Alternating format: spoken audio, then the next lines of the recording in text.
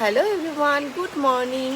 তো দেখো সকাল সকাল মানে ঘুম থেকে উঠেই এই বৃষ্টির দর্শন, একদিকে ভালো লাগছে একদিকে টেনশন হচ্ছে যে ভেবেছিলাম আজকে অনেক কিছু করব, সেটা তো হচ্ছে না বৃষ্টির জন্য।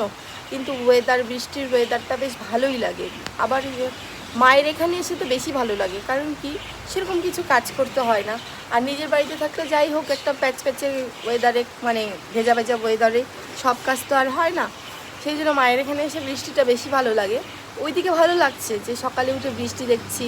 কালকে রাতে যখন শুলাম, শুতে শুতে তো ওই 12:30 একটা তো বেজেই যায়। তো তখন দেখি বৃষ্টি এলো, তো তারপরে তো ঘুমিয়ে পড়েছি। এখন সকালে উঠেও দেখছি বৃষ্টি, বেশ ভালো লাগছে বৃষ্টির ওয়েদারটা। আর খিচুড়ি খেতে পারবো, এটা হচ্ছে সব থেকে বড় বিষয়। দেখো মা এসে দেখে গেল, মানে আজকে মায়ের হাতের খিচুড়ি মাস্ট। মানে আজকে আমার বেশ কিছু কাজ, যেহেতু আজকে সানডে, তো আজকে বেশ কিছু কাজ জমিয়ে রেখেছি।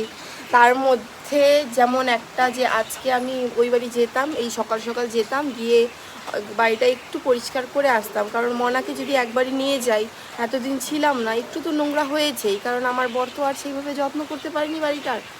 তো সেই বাড়িটা একটু পরিষ্কার করতে আমার মেয়েকে নিয়ে গেলে একটু মানে চাপ হয়ে যেত। মানে মেয়েকে দেখাশোনা আবার বাড়ি পরিষ্কার করা একবারে চাপ হয়ে যেত। সেই জন্য ভেবেছিলাম যে আজকে সকাল সকাল একটু যাব, গিয়ে দুজনে বাড়িটা একটু পরিষ্কার করব, আসতাম, এসে হয়তো বিকালে আমরা বাড়ি যেতাম।